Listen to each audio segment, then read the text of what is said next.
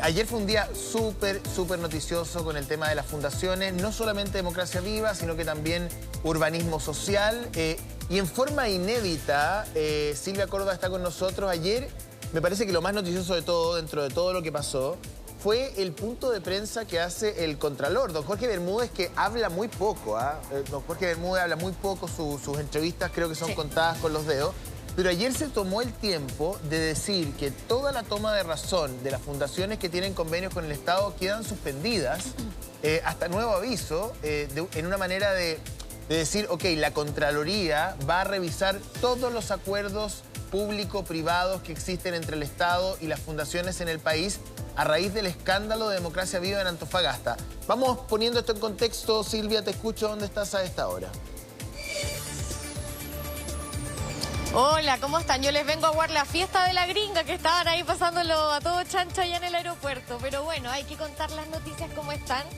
Y claro, José, como tú lo mencionabas, ha sido muy importante conocer lo que ha dicho la Contraloría, sobre todo hoy día, que va a ser un día bastante importante en este ente fiscalizador, porque además de la suspensión o el congelamiento de la toma de razón de los contratos con las fundaciones, también hoy día el ministro de Vivienda, Carlos Montes, va a tener que entregar todos los antecedentes relacionados a Democracia Viva y también los convenios que tuvo con la Seremi de Vivienda de la región de Antofagasta. Ese es uno de los temas y que por supuesto ha puesto entredicho a las distintas ONG que han trabajado a diario en nuestro país y que ha generado también un cierto malestar de que efectivamente qué es lo que va a pasar con ellos, con los trabajos que se van a realizar y también cuál va a ser el plazo. Al menos dicen que dentro de 15 días se tiene que ver si efectivamente existen irregularidades. Ese es un tema.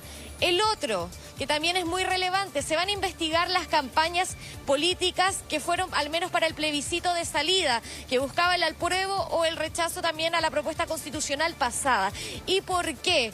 Porque Democracia Viva, con su fundador y director ejecutivo Daniel Andrade, habían participado para hacer parte de los chequeos y sobre todo rendir las cuentas de las distintas sociedades civiles que habían trabajado en esta materia.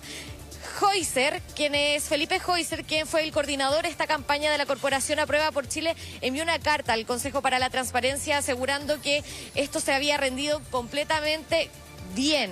Aún así, el CERVEL dijo que se va a investigar a esta persona, a las campañas de Aprueba por Chile. Nosotros estamos en el Partido Socialista porque llegaron los presidentes de los distintos partidos del gobierno del presidente Boric. Nos vamos a acercar acá con Leonardo Cubillos. ¿Cómo está? Hola. Buen día, representante del Partido Radical, para conocer esta noticia también que va a conocer el Servicio Electoral. Se va a investigar la campaña del apruebo, los montos que fueron rendidos también por Democracia Viva, que fueron el 18 de octubre del 2022, que estaban ahí con un total de 51 millones de pesos. ¿Cómo ustedes se enteran de esto? Y si me puede contar un poco, ¿cómo se rindieron finalmente las platas para conocer todos los antecedentes? Bueno, primero que nada, saludar a Karen y a José Antonio, que están en el estudio. Aquí hace un poquito de frío, no tanto como otros días, pero estamos aguantando. Mira, para nosotros es frustrante, por supuesto, y desilusionante todo lo que está pasando. Lo que siempre hemos pedido es que no se haga una casa de brujas, que si hay responsabilidades, estas responsabilidades son individuales, no son colectivas. Aquí se está afectando a instituciones, la imagen de instituciones, y eso es lo que nosotros tenemos que precaver. En primer lugar, respecto del financiamiento de la campaña, nosotros como Partido Radical, en mi directiva, en mi caso, nosotros asumimos casi al final del proceso, pero sin perjuicio de aquello teníamos coordinación, por lo menos los partidos, coordinación logística de campaña con Felipe Joycer, que era el coordinador de Apruebo por Chile. Y en ese contexto es que cualquier financiamiento que eventualmente implicara alguna actividad, por lo menos en el caso del Partido Radical, que puedo hablar por mi partido, nosotros decidimos hacerlo directamente con nuestros recursos, también con recursos que hicieron algunos militantes. Nosotros rendimos directamente al CERVEL y bueno, nuestra cuenta afortunadamente está aprobada totalmente.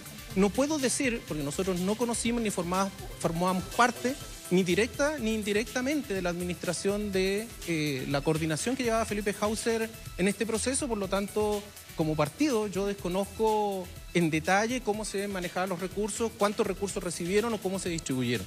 Ahora, creo importante, ante este manto de dudas que ha salido, que las personas a cargo de estas instituciones salgan y expliquen a la ciudadanía claramente respecto de las circunstancias que se están dando. Esto evita los mantos de duda, evita las presunciones y también le genera certeza a la ciudadanía. Yo creo que hoy día se ha generado bastante amplitud respecto de hechos que hemos ido conociendo. Vuelvo a insistir, a veces, y se ha dado en muchos casos anteriores, se despluma la gallina, se tiran las plumas al cielo y después cuando salen los resultados, por supuesto, nadie pega las plumas. Eso no quiere decir que estoy exculpando a alguien, sino al contrario, yo creo que las responsabilidades son individuales y hay que hacerlas efectivas. José, antes de que tú te incorpores también en estas preguntas, yo tengo acá el correo electrónico que mandó Democracia Viva, que fue, fue el 18 de octubre del 2022 a las 22:56 minutos.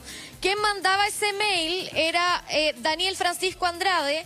Su mail, por supuesto, decía: estimados señores y señoras de la División de Fiscalización del Gasto y Propaganda Electoral del CERVEL, y estimada Mónica Rivera Romero y Carmen González, por intermedio del presente correo electrónico en representación de la Fundación Democracia Viva, cumplo con adjuntar nuestra completa rendición del gasto electoral y también las donaciones recibidas en campaña conforme a lo que la ley establece dentro del plazo legal del 18 de octubre del 2022. Incluso en este mail que yo tengo se adjunta una tabla de gastos que incluye los links de todos los comprobantes de gasto y una tabla de donaciones cuyos comprobantes se encuentran también disponibles en un drive. Y quedo atento, dice Daniel Andrade, y por supuesto, esta suma es un sinnúmero de fundaciones que están acá, que entregaron a título personal también, y da un total de 51 millones de pesos. ¿Y los 31 millones? Claro, claro, ahí hay una diferencia de plata que uno tendría que comenzar a buscar. Ahora, gracias Silvia, gracias también ahí al entrevistado. Sí. Hay mucho que hablar y el panel es bien completo. Yo solamente quisiera poner sobre la mesa lo siguiente. Yo creo que aquí hay que hacer una puntualización respecto de que nadie, o al menos no yo, sataniza el trabajo de las fundaciones. Ese no es el tema. El tema no es la relación entre el Estado y las fundaciones, porque eso es, digamos, es desde que el hombre es hombre, digamos. O sea, en un Estado subsidiario hay muchos servicios que el Estado no puede prestar desde el punto de vista incluso constitucional y busca la ayuda de la sociedad civil organizada a través de fundaciones, organizaciones no gubernamentales. Ese no es el punto. Tampoco me parece que sea una mala señal que un partido cree fundaciones para tener presencia territorial o influir en ciertas decisiones electorales. O sea, los partidos pueden crecer si ellos financian de alguna u otra manera. Lo decía ayer Winter, creo. Bueno, los partidos crecen a partir de esto. Ese no es el punto. El punto es el siguiente.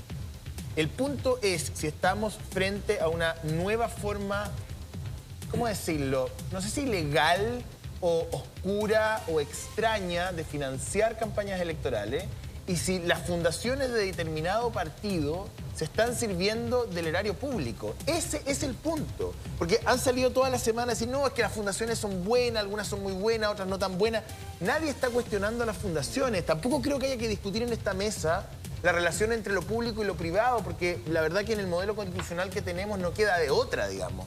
El punto es si efectivamente hay fundaciones hoy día que sirven para pagar campañas electorales y pagar campañas electorales con platas públicas.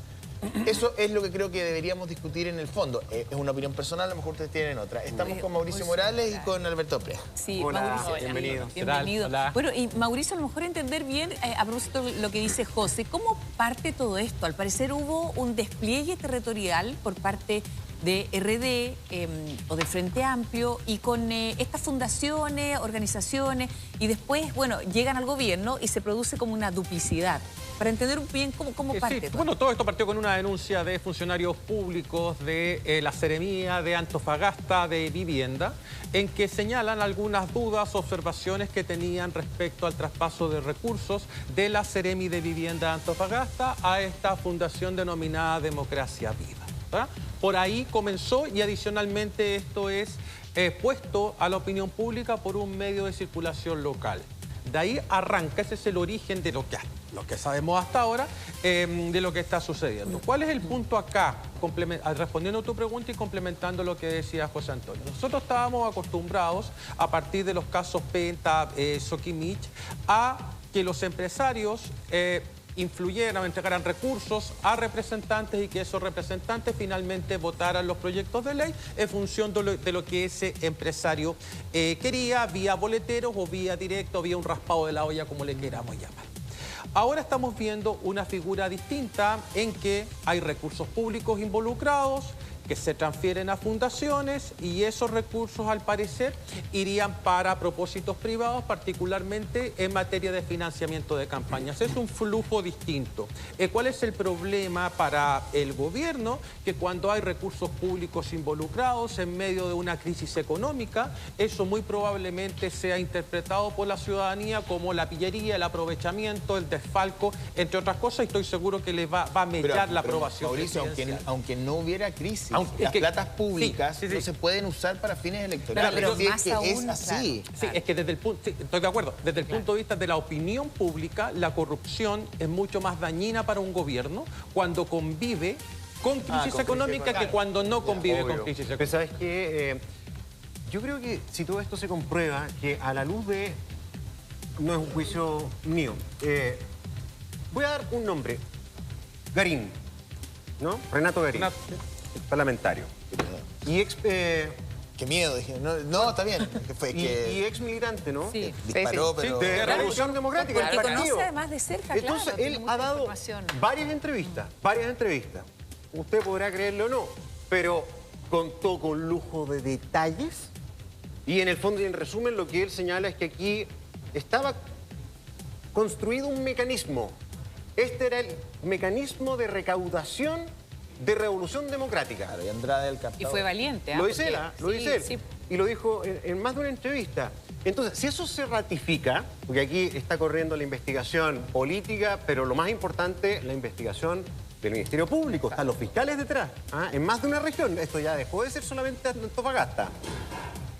Es gravísimo porque esto es robarse la plata de la gente. Yo no digo que haya un robo bueno y un robo malo, pero mira, en el pasado hubo varios escándalos por financiamiento ilegal de la política. Pero por último, en algún momento se financió ilegalmente la política, pero de empresas que financiaban su partido. Pero no estaban usando plata de la gente. Y todos los partidos. Porque fue transversal. Pero a lo que voy es grave, es plata de vivienda. De vivienda. En el momento que tenemos una crisis de falta de vivienda. Claro, por eso te decía que el flujo es distinto y arranca con recursos públicos involucrados. Y como toda crisis de corrupción tiene más o menos tres fases. Primero está la fase política, estamos en esa, en que se produce incluso la crueldad en el sentido de sindicar a una persona como la gran responsable, en este caso Catalina Pérez, deslindar o enfocarse solamente en ella. Incluso hubo presiones para que ella hiciera un punto de prensa casi como un harakiri personal con el fin de aislar el foco. Ella no estuvo dispuesta y por lo tanto el conflicto siguió creciendo. Y esta fase política es seguida por la fase judicial. Yo estoy dentro de lo malo, hay una cuestión buena dentro de todo esto. ¿Cuál? Que es que las instituciones neutrales o instituciones de control entraron casi simultáneamente en funcionamiento. ¿La Contraloría? La Fiscalía, el Consejo para la Transparencia, el CERVEL y la Contraloría. Ahora, respecto a la Contraloría, mira, también no nos metan el dedo a la boca, porque la Contraloría para todos los actos la toma de razón.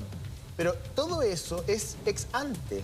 O sea, además la Contraloría primero no tiene la capacidad de llegar a todos los convenios, sino que solamente algunos de ellos por de monto. 200 millones para Claro, por ejemplo. Y en segundo lugar, la Contraloría, y ahí yo estoy con el Contralor, porque lo decía, no tengan expectativas desmedidas respecto a lo que la Contraloría consiga. Porque la Contraloría lo único que hace es decir, ya está este convenio, lo cruza con la legislación vigente y dice, ya está así, todo en regla, no hay ninguna contradicción, ya está. Pero la Contraloría no va a terreno a ver si efectivamente la tubería que puso la fundación vale 500 millones, 600 millones, 700 millones. Es decir, el control de la Contraloría, valga la redundancia, es ex ante, no es ex post. Entonces, todos creemos que parando los contratos, salvación total. No es así. Ahora, y se perjudica a mucha gente también parando, porque hay gente que depende... Es como la quimioterapia. Sí.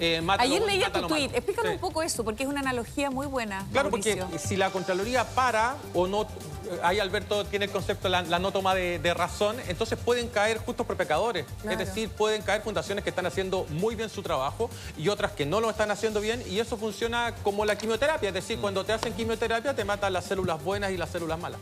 Sí, a mí me llama mucho la atención, Alberto Pérez, también te saludamos en este panel. Hay muchos temas que conversar. A mí me llama mucho la atención el tema de cómo están funcionando estos convenios entre el Estado y también entre fundaciones. Hay una nota, de hecho, de Exante, que se publica el día de ayer, en donde muestran que hubo un explosivo crecimiento de los tratos directos en el Ministerio de Vivienda en el año 2022, algo que no se veía hace muchísimo tiempo. Generalmente, obviamente, las licitaciones son mayores que los tratos directos, pero el año 2022 fue distinto, año que coincide además con este convenio con Democracia Viva. ¿Qué pasa ahí? ¿Cómo podemos analizar esto? Porque desde mi punto de vista, una licitación pública es lo que se debería hacer siempre para tener la transparencia de cómo funciona cierta fundación o entidad privada o lo que sea, y también se puede acreditar la experiencia, la trayectoria de alguna fundación, porque además sabemos que después de firmar este primer convenio, el giro de Democracia Viva cambió a construcción después del primer convenio. ¿Por qué se está haciendo contrato directo en estos momentos? A ver, pucha, hay tanto que decir. Y yo creo que lo primero que uno debe decir es que esto no nos debiese sorprender, para nada. ¿Y por qué no nos debiese sorprender? Porque recuerdo el año 2011, Alejandra Pizarro, Comunidad de Organizaciones Solidarias, dijo, ojo, se creó una nueva ley de participación ciudadana, va a haber una explosión de fundaciones, creemos estándares de transparencia obligatorias para las fundaciones, que hay obligación de rendir recursos, estado financiero auditado, etc. Estamos en 2023. Año 2016. Cambio de reglas de la política. Ahora la política se va a financiar desde el Estado, claro. Los privados ya no lo van a poder hacer empresas, etc. No quiero ser autorreferente, pero que dijimos mucho. Cuando se cierra una puerta, se abre una ventana.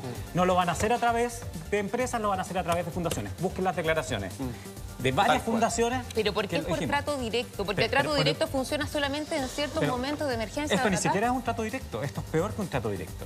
El trato directo está regulado por la Ley de Compras Públicas. Ahora, que es bien... La regulación deja espacio, digamos, pero todo, está bien. Todo deja espacio, regulado, pero emergencia, especialidad, continuidad del servicio, precio, etc. Siempre continúa el servicio, fíjate tú. Yo me puse... No, espérate, si yo leí la ley. Es que no nos metamos para poder explicar nomás y después quizás nos metamos al trato directo, que uno puede ser muy crítico de aquello. Acá tenemos algo peor.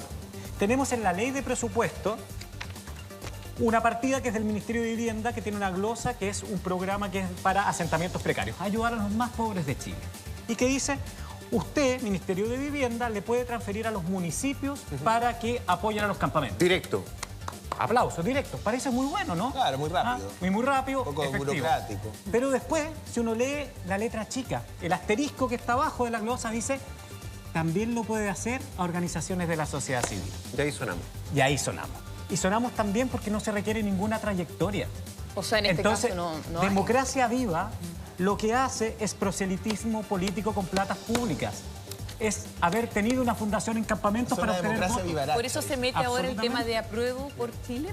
Por supuesto. O sea, a mí me llama mucho la atención lo que hace Felipe Hoyser, porque Felipe Hoyser nadie le pide que mande la carta al Servicio Electoral y al Consejo para la Transparencia. Pero espérate, él manda una especie de autodenuncia. Eso te iba a preguntar, es como una especie de autodenuncia. Él dice, investíguenme. De hecho, yo lo escuché ayer en la tarde, dijo, sí, yo voy a colaborar porque en realidad yo no tengo nada que ocultar. Hace un reconocimiento tácito de que efectivamente había un mecanismo que funcionaba a través de la fundación. Exactamente. Ahora, a mí me llama la atención, y quería preguntarle a Mauricio, la postura del presidente. Vamos al presidente, porque el presidente ha hecho un tránsito en su narrativa. Del caiga quien caiga, no sé si lo dijo él o alguien como él, pero era como la primera etapa, era el, no, mira, todos. Y ayer, luego del giro del Contralor, el presidente, no sé por qué razón, sale como a blindar de alguna manera a la seremía del Maule y a la delegación del Biobío. Sí, luego de haber dicho que no metía la mano en fuego por nadie. Claro, el presidente... Entonces, yo no entendí si... De hecho, se enojó cuando dijo, ¿de qué la están acusando? Exacto. ¿Qué es lo que se está investigando? O sea, ¿a quién le cree uno? ¿Al presidente que dice caiga quien caiga o al presidente que dice de qué la están acusando? Porque, no, o sea... Yo creo que hoy día la gente no le cree a nadie, Y dice que no quiere una avalancha, que no quiere una avalancha de peticiones, de renuncia. Está bien, yo entiendo yo entiendo al presidente cuando él a lo mejor habla en relación a ciertos cargos, pero todavía la justicia ni siquiera ha investiga. Claro, o sea, no sé por Yo qué... creo que lo que no sé- corresponde es lo que dijo al principio, que era que se investigara a fondo y caiga quien caiga. Yo creo que eso es lo que uno espera.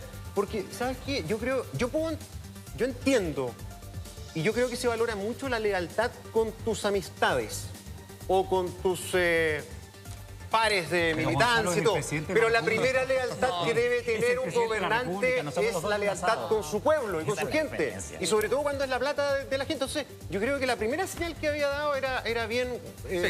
bien buena. Pero después estas cambios... Voy A ver, de inmediato. pero por eso, Mauricio, yo estoy de acuerdo con Gonzalo en el tema de las lealtades.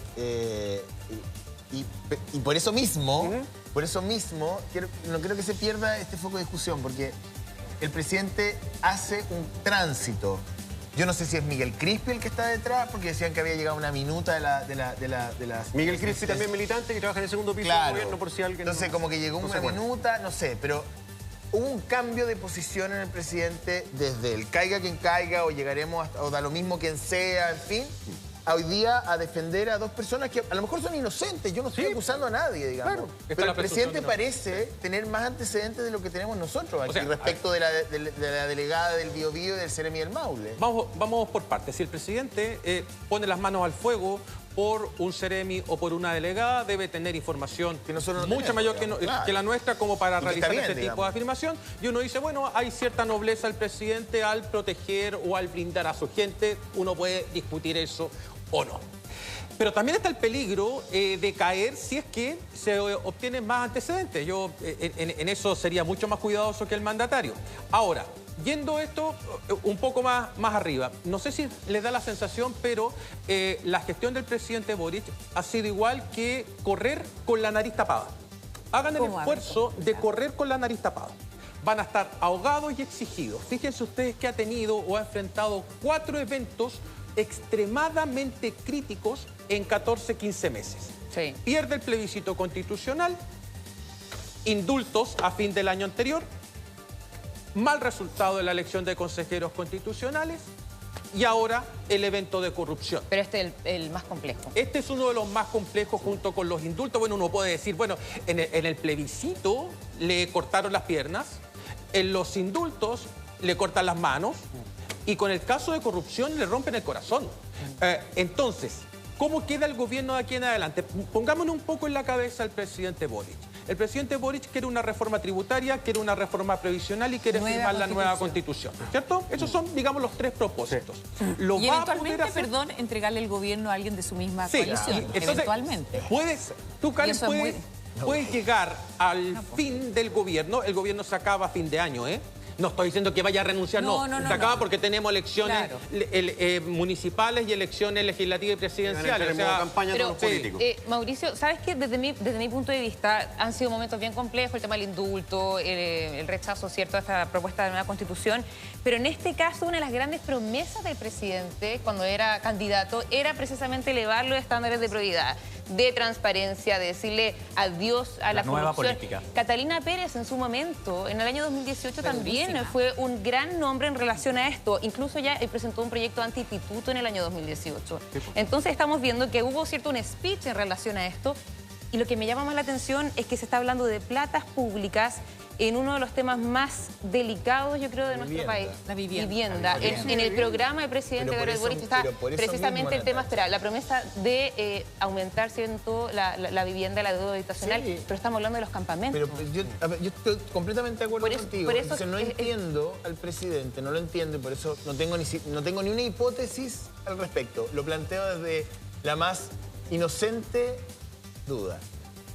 ¿Por qué el presidente o por qué el gobierno cambia y gira de un día para otro? O sea, vamos a investigarlo todo y vamos a llegar hasta donde sea a decir, mira, que hay 2 personas que en realidad no vamos a participar del festival de la petición de las renuncias. Está bien, yo entiendo que el gobierno no tiene que ceder a un petitorio de renuncia a la oposición porque mostraría mucha fragilidad.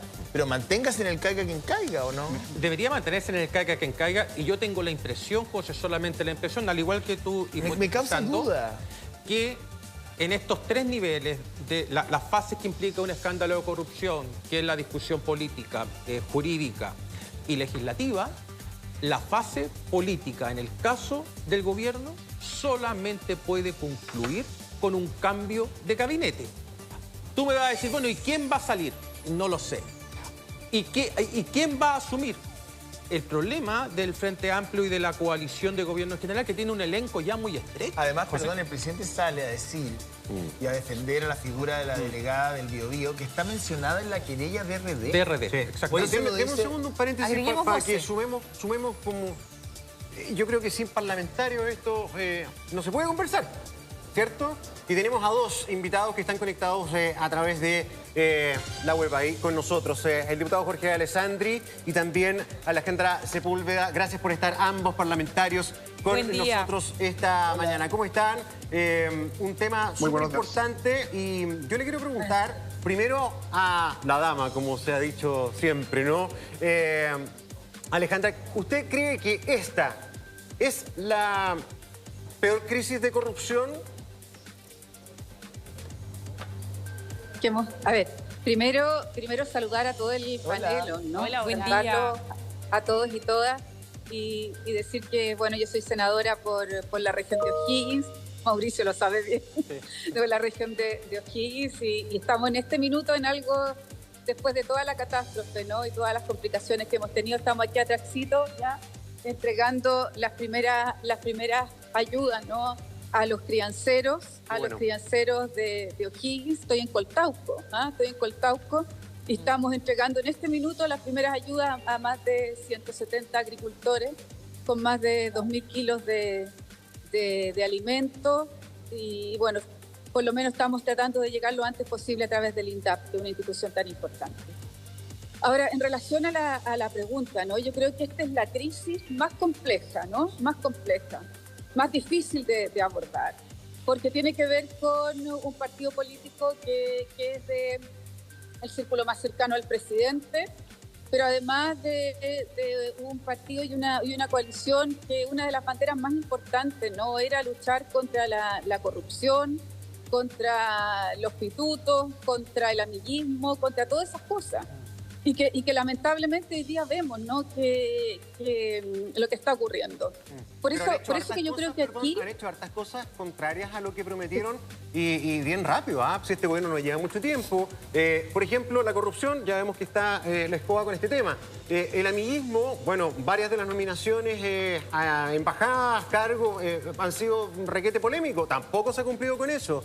Entonces, claro, ¿cree usted que esto va a significar que tal vez este gobierno pueda bajar y acercarse ya a un 20% de aprobación? ¿Puede ser letal? Se habla de un disparo en la línea de flotación. Mira, para mí lo más importante no es las encuestas, Gonzalo, ¿ah? Yo creo que las encuestas van y vienen, ¿no? Bueno, depende, Sí, a mí porque cuando son buenas sí les importan. Sí, por lo menos a mí lo que me importa es que el gobierno tiene que tener una línea de acción y no inmovilizarse. No inmovilizarse por lo que hoy día está ocurriendo. O sea, estamos en tantas complicaciones, ¿no? Mira dónde estoy hoy día. O sea, estoy en Coltauco, no podemos inmovilizarnos por esto. Es tanta ayuda la que se necesita, ¿no? Y en el tema de vivienda, además, que lo decía creo que Natacha, ¿no? Que es tan difícil. O sea, el tema de vivienda es hoy día el centro de uno de los problemas más graves que tenemos. ¿Sabe lo que pasa? Que yo Y se nos falta plata ahí. coincido con usted, pero 100%. Y voy a contar, yo estuve allá, estuve en Licantén, y allá me encontré con una persona que tenía harto que ver con esto, porque persona emblemática del partido, el ministro Giorgio Jackson. Y yo le pregunté, le dije, ¿cómo van a salir ustedes de esto? ¿Cómo van a recuperar la credibilidad? Y él nos decía, no quiero hablar de esto, porque estoy aquí entre medio de la gente damnificada, ya he hablado varias veces, después lo podemos conversar perfectamente. Y decía, pero es que a propósito de esto mismo, si acá tremenda necesidad, ¿y qué se va a necesitar? Vivienda. ¿Y qué plata fue la que se está cuestionando que se usó de manera irregular? Plata de vivienda. ¿Y dónde está el ministro de Vivienda? En el norte, justamente, también Entonces, intentando creo que desgraciadamente está conectado con esto. Bueno, es que Gonzalo, ese es el problema. Sí. O sea, lo que uno dice hoy día fue en el corazón, más allá de los brazos y las piernas, es el corazón de los problemas que hoy día tenemos. 650.000 personas que no tienen vivienda. Sí. Aquí en la región tenemos 30.000 personas que no tienen vivienda. Entonces, los campamentos además son los más vulnerables de los vulnerables. Entonces, yo creo que hoy día el caiga quien caiga tiene que ser absoluto, absoluto. No Senadora, puede ser, ¿me entiendes? Sí. Que quede un atisbo de duda en esto, un atisbo de duda. Y eso es lo que yo creo que hoy día tenemos que ser súper rigurosos, pensando en todas las personas que nos necesitan. Hay que dejar ahí que la justicia actúe, permitir que la justicia actúe, me imagino, y también tomar decisiones políticas. Pero mi pregunta tiene que ver con cómo el gobierno va a acotar el daño y va a poder tomar una decisión en materia, digamos, de hacer un control de daño si... La verdad, esto es como leche desparramada en el suelo. O sea, uno no sabe hasta dónde va a llegar. Mire, cito a Radio Bio Bio. Escuchen, por favor. Fundación para hacer películas y atender mascotas entregó agua potable en Copiapó y cobró 190 millones de pesos. Yo me pregunto, esto lo publica Radio Bio Bio, no lo estoy diciendo yo. ¿Cómo una fundación que tiene un giro para hacer productos cinematográficos y para atender animales... se adjudica un convenio para entregar agua potable en campamentos de la región de Atacama? No lo sé. Déjeme leer el parte del artículo para no quedarnos con el titular. Hasta diciembre del año pasado, los vecinos del campamento recibían agua potable gratuita que le entregaba el municipio y era distribuida por Techos para Chile. Pero una vez que comenzó a operar la fundación, debieron cancelar 12.000 pesos en efectivo mensualmente. Esta fundación...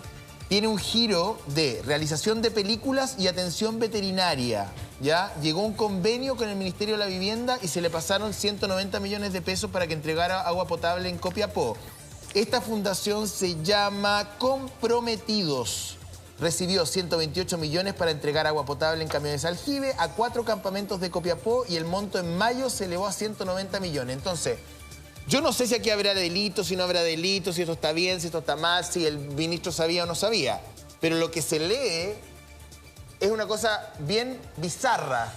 Perdón que lo diga así. Entonces, ¿hasta dónde? O sea, ¿esto va a seguir saliendo más de esto? ¿O efectivamente que hay una manipulación de cierto sector político, hay una fake news terrible, una operación contra el gobierno? Porque en realidad uno dice, ¿hasta dónde va a llegar esto? ¿O ustedes dicen que esto comienza y termina con Democracia Viva? Oye, perdón, aquí nos llega información del MIMBU también, ¿ah? A propósito de lo que estamos hablando. Y dice que en el portal de Chile Compra se señala que la comparación con años anteriores, el 2022, el Ministerio de Vivienda y Urbanismo utilizó con mayor frecuencia la modalidad de transacción de trato directo, es la justificación para esto que estamos hablando. Sí, con la modalidad de transacción de trato directo, y hay que aclarar, dice que esta variación se explica una parte significativa por la renovación de licencias de software y que como existía este tema del proveedor único, es la explicación que entrega, claro, lo renovaron. Pero ahí tiene un caso en Copiapó, yo no sé hasta dónde llegará esto, pero... una fundación que tiene un giro para hacer películas y para atender mascotas, que me encantan las mascotas y qué rico que hagamos películas, ¿cómo termina, según Bio Bio, cito siempre a Bio Bio, Néstor Aburto, le mando un saludo, termina entregando agua potable en campamentos del Copiapó? Yo no lo entiendo. ¿Al diputado? ¿Alguien tiene algo que decir al respecto? Y sumar ahí al diputado también. ¿Cómo está, diputado? Hola, diputado. Gracias, Karen. Gusto saludarlo. Antonio, un saludo a todos. También a Alejandra, que está en la región de O'Higgins. También tiene un tema ideológico esto. Recuerden que los jóvenes que hoy día son ministros, son parte del gobierno, tuiteaban en contra incluso de la Teletón, porque decían, ¿por qué una fundación privada tiene que salir a hacer algo que debiera hacer el Estado? Y tuiteaban en el 2010, 2011 contra Mario Kreuzberger. Pero cuando les toca a ellos asumir el poder, eso de que el Estado tenía que solucionarlo todo tiene una excepción. Si son mis amigos los que han armado la fundación, resulta que la sociedad civil pasa a ser efectiva, eficiente y eficaz. Y después, lo que hemos hecho nosotros en la investigación en la UDI es que aplicamos filtros, porque no tenemos capacidad para estudiar 1.500 fundaciones. Hicimos un primer filtro. Si creaste la fundación desde que el presidente fue electo en diciembre del 21 y asumió en marzo del 22. O sea, la creaste en esos 3 meses y medio. El segundo filtro que aplicamos es si recibiste plata los primeros 3 meses de gobierno por trato directo. O sea, la creaste justo cuando tus cercanos iban a llegar al poder y recibiste plata por trato directo, que es una excepción en el Estado en los primeros 3 meses. Y fuimos a un tercer filtro. Y el tercer filtro que aplicamos fue que hayas además recibido platas vía CERVEL para la campaña del apruebo. O sea, la creaste cuando tus amigos iban a llegar al poder, recibiste platita rápido por trato directo y participaste en proselitismo político. Con esos 3 filtros quedamos en 45 fundaciones, en la metropolitana, en el norte y en el sur. Entonces esto no es democracia viva, no es solo Catalina Pérez, no es solo Antofagasta. Aquí hay alguien que diseñó el modus operandi, que se le ocurrió esta beta y dijo, aquí tenemos un forado del Estado y tenemos que aprovecharlo. Y eso es gravísimo por el tema ideológico, gravísimo por lo que sacaron y gravísimo porque el presidente te da una voltereta, ya lo conocíamos con ese sobrenombre coloquial, ¿cierto? Pero en este caso la voltereta es mala porque que haya pasado de refundar Carabineros a apoyarlo, eran volteretas que a mí me gustaban, volteretas de la sensatez, pero la voltereta ahora de manos al fuego a proteger a la delegada antes que se investigue me parece una mala voltereta. Entonces nos pone muy intranquilos como ciudadanos y como oposición. Sí, bueno, uno se pregunta, ¿es la punta del iceberg? Y tal como tú lo decías, José, yo me quiero quedar también con cómo han sido las diferentes voces, incluso del Frente Amplio. Es decir, la directiva de Revolución Democrática también ha tenido un cambio de tono. La Torre también ha endurecido, ¿cierto?, sus palabras contra Catalina Pérez. Es que la Torre ni siquiera sabía si estaba al lado de Catalina Pérez o no estaba al lado. Iván Valenzuela le tuvo que decir, yo lo vi ahí al lado de ella. Bueno, hay parlamentarios también del Partido Socialista que han criticado las palabras del presidente Gabriel Boric, también con este respaldo que ha tenido hacia la delegada presidencial. A mí me gustaría saber, senadora, ¿qué le parecen los dichos y este cambio, cierto, de tono en relación a las palabras del presidente y si cree que ese es el camino correcto para manejar esta crisis que se está viviendo? Bueno, primero las palabras del senador Latorre, ¿no? Yo creo que la información, además que el recibido, ha sido muy a cuentagotas de lo que estaba ocurriendo, hasta que se destapa absolutamente estas irregularidades, esta posible corrupción, ¿no? Que además no solo está en Antofagasta, sino al parecer en el Maule. Entonces, frente a esa situación, claro, se toman distintas decisiones, pero además relacionarlo con la reunión que tuvo, ¿no es cierto?, que tuvieron los diputados de Revolución Democrática y donde se toma colectivamente esta decisión. Yo creo que hoy día, además, lo del presidente, ¿no? Yo me quiero quedar con sus últimas palabras o sus penúltimas palabras. O sea, yo creo que aquí, de verdad, caiga, no puede ser otra alternativa. ¿Pero qué le parece el cambio de tono? También creo que la sospecha, yo creo que también, mira, yo pediría a los militantes de Revolución Democrática que hoy día tienen la sospecha, ¿no? O están siendo cuestionados, etcétera, que una cosa es que el presidente le pida la renuncia y otra es que ellos den un paso al lado. Yo creo que por su propio partido, por lo que está ocurriendo hoy día en el país, porque no quede ningún atisbo defiéndanse donde tiene que defenderse, en los tribunales, donde sea, pero sí el cargo que hoy día ostentan. Y yo creo que lo más digno para un funcionario público de esa envergadura, mira, ¿sabes qué? Yo doy un paso al costado por el bien del gobierno, pero por el bien de mi partido y por el bien, además, ¿no es cierto?, de defenderme solo en términos personales en lo que está ocurriendo. Yo creo que aquí, mira, más ya si son inocentes, son culpables. Hoy día tenemos toda la ciudadanía revisando y todas las instituciones revisando esto. Sí, entonces, desde el punto de vista, yo diría, de lo que el funcionario público tiene que hacer es decir, mire, yo me voy, porque además son cargos de confianza, porque quiero defenderme solo y no hacer daño al partido tampoco, ni a la coalición de gobierno. Bien, senadora Alejandra Sepúlveda, también diputado Jorge Alessandri, muchísimas gracias por esta conversación. Sí, muchísimas gracias a los dos. Muchas gracias a usted. A usted, Alberto, tú querías comentar algo. Una cosa que a mí me parece un poco raro todo lo que está pasando, porque esta película nosotros ya la vimos y todos vuelven a repetir lo mismo que repitieron otras veces. ¿Cuál era el mecanismo anterior? El financiamiento ilegal de la política con facturas ideológicamente falsas y con boletas de honorarios ideológicamente falsas. Primera respuesta al gobierno cuando era solo penta, que se investigue todo, vamos con fuerza, que se querelle el Servicio de Impuesto Interno, vamos con todo. Chuta, parece que estamos tan bien metidos. Impuesto Interno, ya cambian al jurídico, cambian al director, no más querella. ¿Cierto? Hoy día estamos viendo exactamente lo mismo. Esto es democracia viva, sí, es revolución democrática. chuta, parece que no es revolución democrática. Está lo que reparten agua, están estas fundaciones nuevas, es más grande, etcétera.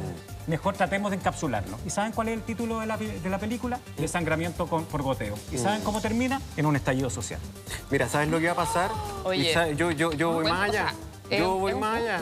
¿Es así? Sí, pues, tienes razón. no creo... ¿Sabes que yo voy más allá? ¿Sabes qué? No nos extrañemos. Yo aquí no estoy sugiriendo eso que ocurra.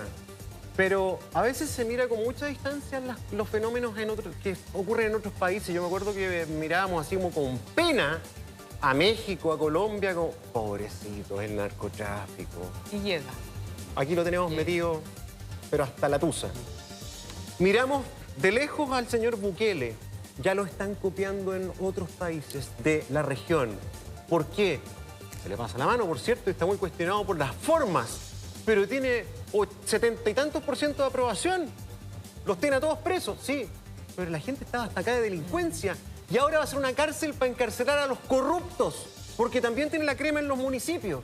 Entonces, si no se ponen serios para cortar este queque, que no vuelvan a pasar todas estas cosas. Sí. Con las fundaciones ahora, pero con los forados que hay en muchas de las corporaciones en los municipios. Municipales. Las licitaciones, en luminarias. Mira, tanta forma de corrupción. Nos va a pasar algo así. Buen punto lo que dice también. Y sumar a eso, ¿cómo se sale esto? ¿Cambio de gabinete en lo inmediato? Ahí también para apuntar a la parte también política. Sí. Sumando ahí, complementando lo que dice Gonza. Y para que no me digan nada, lo último, esto es de todos los colores. Acá hay municipios de derecha, de izquierda. Por eso se encapsula por ahí va, Gonzalo. Que por ahí va.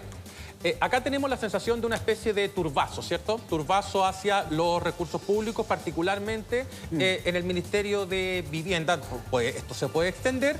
Y Antofagasta es ARD, lo que en su minuto, en términos de estigma, San Ramón fue para el Partido Socialista. Son dos figuras distintas, pero hay un estigma ahí.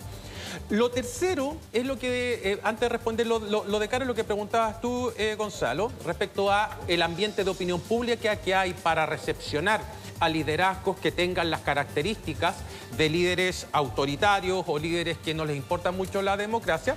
Estamos en medio de una crisis de representación, todos lo sabemos, pero han aumentado dos cuestiones que son preocupantes. Han aumentado las predisposiciones hacia un régimen autoritario. De acuerdo a la última encuesta del CEP, aumentaron esas predisposiciones, y de acuerdo a la última encuesta de Mori, se produce una revalorización del pinochetismo, de la figura de Pinochet. Entonces, tú tienes el siguiente escenario. Tienes voto obligatorio, hay bolsones de la ciudadanía que presentan mayores dosis de malestar. Esas dosis de malestar posteriormente pueden ir decantando en predisposiciones autoritarias, en el amor a un líder que proponga la mano dura ante todo evento, y que por lo tanto terminemos el año 2025 escogiendo una persona de esas características que, como decías tú, ahora, a juicio nuestro nos parecía algo muy anómalo e improbable. Ahora, en relación a este escándalo en particular, al gobierno todavía le queda mucho tiempo. O sea, yo creo que el cambio de gabinete es mandatorio. Sí, o sea, no puede ser que sigan apareciendo convenios del Ministerio de la Vivienda con diferentes fundaciones que tenían giro para otra cosa y que no haya, digamos, un ajuste ahí. Yo no tengo nada en contra del ministro Montes, creo que es un emblema de la política y una cara muy visible del Partido Socialista, histórico, de la concertación en su minuto, luego de la nueva mayoría. Pero creo que el gobierno, si quiere hacer un control de daños, tiene que acotar, tiene que encapsular de alguna manera las responsabilidades que no se agotan en la subsecretaria. No es posible que el ministro Montes, o sea, si el ministro Montes en realidad no sabía, quiere decir que tenía una muy mala relación con su subsecretaria. Así es. Entonces, la verdad es que creo que ahí hay un elemento, y es momento además, más allá del ministro Montes, para no personalizarlo en él, creo que el sismo político que se está produciendo es tan grande que es bueno un cambio de equipo. Yo creo que el gobierno lo debe estar evaluando, no lo sé, a lo mejor estoy haciendo política ficción, pero creo que lo debe estar evaluando. Lo debe estar evaluando, sí. Porque da un giro, permite que el gobierno retome el control de la agenda de alguna u otra manera. Exacto. Con un cambio de gabinete. ¿Y sabes por qué es necesario? Y coincidiendo con eso, es porque al frente no tienes a un Longueira, que fue capaz de resolver en parte la crisis en la que se movió el presidente Lagos con el caso Movgate, le tienden la mano y firman ese acuerdo. Y recuperando un poco lo que decía Alberto recién, ¿qué pasaría si es que nos comenzamos a encontrar con gobernadores del otro color político que tienen estas mismas prácticas? Partidos del otro color político que tienen estas mismas prácticas. Eso va directo al Congreso para llegar a un acuerdo legislativo y de esa... o sea, y la peor noticia para el país. país... Está la vieja política. Claro, la peor noticia para el país es que esto, que esto sea una práctica expandida, ¿verdad? Que el turbazo no solamente sea un sector político, sino que sea un turbazo masivo. Es una mala noticia para el país, pero sería una muy buena noticia para el gobierno, discúlpeme que lo diga así, porque permite que se avance a la etapa legislativa. Profe, que querido, es suscribir un acuerdo. mira, muy cortito, aquí Michel Deler escribe algo que tiene mucha razón. ¿Cuál es nuestro querido Michel, cuál es el músculo más potente organizado de ayuda humanitaria? Dice, incluso más que el Estado, en medio de catástrofes como las que estamos viendo ahora, además, producto de estos sistemas frontales, inundaciones, son las fundaciones. Entonces, porque llega más rápido que el Estado, entonces pagan efectivamente, como decías tú, a propósito de la quimioterapia, los buenos por los malos, gente que efectivamente hace su trabajo y tiene un compromiso social grande. ¿Qué debería pasar, profe, con el ministro Montes? ¿Qué debería pasar con el ministro Jackson? Sí, a ver, yo lo que le sugeriría al gobierno, si es que estuviésemos con José Antonio ahí en calidad de asesores, sería... en el segundo piso. La realidad sería tan distinta en el gobierno si usted y yo estuviéramos de asesores en el segundo piso. Sería avanzar, Karen, en la medida de lo posible hacia un cambio de gabinete estructural, porque la crisis es de tal magnitud que este gabinete ya está absolutamente agotado. Es un gabinete que solamente da explicaciones, que ya no está en condiciones de dar soluciones. Mauricio, perdón, qué bueno que tocaste el punto. A mí me da la impresión de que hoy día ni un cambio de gabinete les va a cambiar mucho la realidad. No te lo va a resolver. Reconstruye las confianzas. No te lo va a resolver. Tienes un problema de confianza. A ver, a mí no me gusta lo que está pasando. Creo que a nosotros como chilenos no nos puede ser indiferente que a un gobierno le pasen estas cosas, del lado que sea. Porque uno lo que quiere es que en una democracia el presidente o presidenta elegida por nuestro sistema le vaya bien, porque si gestiona bien, porque si está haciendo las cosas bien, va por un buen rumbo, es estable, es robusto en su actuar. Pucha, eso es bueno para todos. No, claro. Pero cuando están las cosas así es preocupante. Entonces, ¿sabes la sensación que me da a mí? Puedo estar equivocado. Siempre se dijo que los ministros y ministras eran los verdaderos fusibles. Entonces, ante un corte eléctrico, un cortocircuito, ¡pah! Los ministros inmediatamente saltan ¿para qué? Para defender al presidente o a la presidenta. Yo hoy día veo cada vez más al presidente dando las explicaciones. Es al revés. Oye, sí. Hay vocería, hay otros ministros también. Dale. Defendiendo gente para que no salten esos fusibles, o sea, defendiendo además a Cerelli, defendiendo y con un 28% de aprobación. No, pero el presidente además, a ver, no seamos ingenuos. O sea, el presidente además tiene un tremendo problema legislativo. Sí. Él tiene aquí comprometido su capital político en reformas que necesitan del erario público. Pero eso ya se acabó. Por lo tanto, pero ver, pero van a insistir con la tributaria. Aquí hay un programa de gobierno, el presidente va a insistir con la tributaria vía Senado, que puede que no tenga el apruebo, que no tenga el apruebo, bien digo, de importantes parlamentarios, no tenga los votos. Pero la ministra Jara todavía está trabajando en la previsional. Entonces, la pregunta que yo me haría desde la óptica del presidente es: ¿cuán comprometida queda mi agenda legislativa después del desaguisado de Catalina Pérez? Pues el Catagate lo que hace básicamente, déjenme explicarlo, es que cada vez que el presidente Mario Marcel salga a pedir plata pública, le recuerden el Catagate. Pues. Mira, si no tienes reforma tributaria, no tienes cómo financiar el CAE, no tienes cómo financiar la deuda histórica a los profesores. El presidente es un problema gigante, más allá del tema del delito. ¿Te fijas? Esa es una arista. Pero el otro es cuánto compromete esto al programa de gobierno. Totalmente, totalmente. Y hay otro punto adicional para responder un poco lo que decía Gonzalo. Evidentemente que un cambio de gabinete no resuelve, pero yo quiero decir un punto. ¿Cuál es la figura dentro del gabinete que saliendo dejaría conforme no solamente a la oposición, sino que también al socialismo democrático y, por qué no decirlo, a la Federación Regionalista Verde Social, a Comunes o a Convergencia Social? ¿Quién es esa persona que no tiene las manos metidas en democracia viva necesariamente? ¿A quién me estoy refiriendo? Al ministro Jackson. El ministro Jackson goza de una muy buena relación con el presidente de la República, pero cuando hubo el cambio de gabinete anterior, y lo comentamos acá, ¿qué dijimos? Esta es la mejor noticia para la oposición, el hecho de que el ministro Jackson permanezca en el gabinete, porque genera un ambiente de cólera en la oposición y dentro del socialismo democrático, y si no me creen, vean todo lo que dice o publica el senador Fidel Espinosa. Cuando tú tienes una figura que genera ese tipo de resquemor y cólera, entonces lo más razonable, por el bien de esa persona y por el bien del presidente y por el bien del gobierno, es proceder a un cambio, porque el presidente ya llegó a un punto en que Jackson representa un gallito, casi una cuestión personal para él. Y esto es una cuestión de carácter político. Pues estoy de acuerdo, el cambio de gabinete no corrige nada, pero por lo menos te da un poquito de aire si es que se hace tal como lo estoy diciendo. Sí. Mauricio, me llama mucho la atención, no sé si estoy siendo muy ingenua también, díganme ustedes, pero la comunicación interna del Frente Amplio me parece muy dispar. Bueno, en este programa la ingenuidad se te va a acabar pronto. No te preocupes. Me parece llamativo que la comunicación del Frente Amplio con todos los partidos que tiene ha sido muy dispar, incluso dentro de Revolución Democrática. Pero, por ejemplo, y esta pregunta es para ti, Alberto, en temas de transparencia. Ayer Gonzalo Vinter, que es parlamentario de Convergencia Social, ¿cómo dice? La cuña. Dijo, ningún partido puede pretender que, en la medida que crezca y administre el Estado, vaya a ser 100% o sea, él es de Convergencia Social. Daría vuelta a la frase. Un partido que crece debería aspirar a ser 100% probo. Promesa de campaña. Ahora, no sé el contexto, la mejor está descontextualizado, no lo sé. No. Creo que es una frase muy mala. Muy mala frase, por lo primero, y segundo, de quién viene y quién la dice. Porque si yo soy una persona que efectivamente toda la vida he pontificado que las cosas las voy a hacer distintas, ahora no puedo decir que porque crecí, cambié y ahora sí puedo efectivamente tener una laxitud de que estas cosas van a ocurrir. Yo creo que estamos siendo víctimas del hipermoralismo.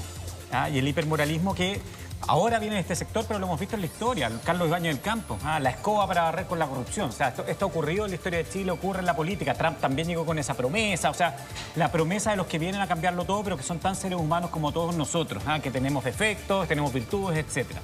Entonces, al final lo que hace Vinter es la constatación de una promesa que ellos jamás iban a poder cumplir. El problema es que las personas creyeron en esa promesa, votaron por esa promesa. O sea, que ni ellos creyeron. Y yo creo que, Natacha, tú no eres ingenua. Yo creo que sí, efectivamente estamos siendo muy bondadosos, en el sentido que yo creo que el gobierno se acabó. Se acabó en el sentido que el gobierno lo único que puede hacer es administrar. Pero lapidario tú, Lo único que puede hacer es administrar. Y ahí podrían estar sus logros. Gestión. Logros antidelincuencia. Pero ese es el mínimo, pues, Alberto. Ese es el mínimo. Pero ¿tú crees que va a poder pasar? Es el mínimo. Si el programa de gobierno se destruyó el 4 de septiembre. Pero no necesariamente. Y la moralidad y la ética se destruyó hace 2 semanas. Yo difiero. ¿Cómo va a poder gobernar con quién? No, difiero. A ver. ¿Dónde está Lizalde? ¿Dónde está Carolina Toa? ¿Dónde está Camila Vallejo? Ayer Carolina Toa estaba en Temuco y salió, pero tuvo un problema. Bueno, en todo caso, la que más habla es Carolina Toa. Sí. Yo creo que habla más que la pero yo difiero. Mira, más allá del golpe duro que significó el 4 de septiembre para el gobierno, yo sí reconozco que efectivamente hay un golpe duro, que el gobierno tenía un diseño que era funcional al proyecto constitucional que fracasó, y eso nadie lo puede negar. Sí. Y el gobierno luego trata con mucha dificultad de generar una dirección nueva en relación a la nueva realidad que estaba viviendo, y luego tiene que enfrentarse además a un Consejo Constitucional donde tiene mayoría republicana. Pero yo, hasta antes de este escandalera de Democracia Viva, tenía fe, fíjate tú, en que el gobierno, después del 1 de junio, sobre todo habiendo escuchado al presidente el 1 de junio, podía reconstruir un relato de acuerdo que lo llevara, no a lo mejor a su máximo, pero sí a aprobar una tributaria y una previsional que fuera consensuada, masticada, digerida. A lo mejor no lo que el gobierno quería ni lo que el presidente en su fuero interno pretendía, pero algo cercano a eso. No es perfecta, pero es lo que más o menos soñé, como decía por ahí la Michelle. Pero después de esto, me parece que esto es aún más complejo que el 4 de septiembre. Yo no sé, alguien decía ayer, no sé, Natacha, tú tenías ahí abiertas varias declaraciones. Alguien decía ayer de Socialismo Democrático es que el presidente no logra ver la gravedad de esto. Sí, un parlamentario socialista. Gastón Saavedra. Sí. Y yo estoy de acuerdo con Gastón Saavedra. O sea, creo que esto compromete la narrativa del gobierno, pero no solamente su su imagen ante la opinión pública, sino que su agenda legislativa. Sí. Entonces, José, ¿en qué difiere? No, difieren que antes de Democracia Viva... Muy en sintonía. Lo que yo quiero decir es que incluso con el golpe del 4 de septiembre, hasta antes de Democracia Viva, yo le tenía fe al ministro Marcel y creía que efectivamente la ministra Jara podían articular acuerdos en materia tributaria y en materia previsional. Hoy soy una persona desesperanzada. Pero si probablemente... Creo que es muy difícil. Probablemente... Hasta es posible que nos quedemos sin nueva constitución. Si es que miran las encuestas, el 53% está rechazando en contra. 53% de acuerdo a la última encuesta CADEM. Y la pregunta es la siguiente. Dentro del Consejo Constitucional, la mayoría individual es del Partido Republicano. Frente a un 53% que pueda rechazar. Díganme ustedes qué grupo de ese Consejo Constitucional tiene los incentivos para salir a la calle a pedir el voto de la gente. ¿Va a salir Renovación Nacional con Torrealba? ¿Va a salir Revolución Democrática con Democracia Viva? ¿Quién va a salir a pedir el voto por el apruebo en medio de esta crisis económica, en medio de una crisis de seguridad pública, en medio de una crisis migratoria, en medio de una crisis política y en medio de una crisis de corrupción? O algo claro. Pero republicano, imagínate que el republicano dice, ya, vamos a votar esta constitución y pierde. ¿Quién va a cargar con todo el costo? Lo va a cargar republicano, dice alguien se cayó.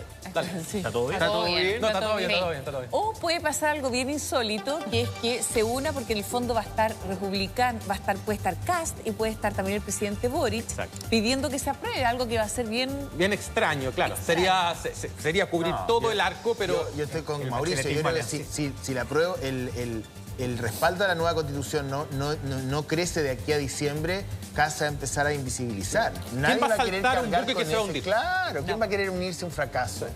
¿Sabes lo que pasa? Que además todo esto, además de lo grave que es, yo creo que ratifica la percepción que hace rato tenemos muchos ciudadanos que vemos a quienes nos guían, y hace años ya, la corrupción no partió aquí en este gobierno, la delincuencia tampoco, pero como veo que nadie está preocupado realmente de nuestros problemas, sobre todo de los que más tienen problemas.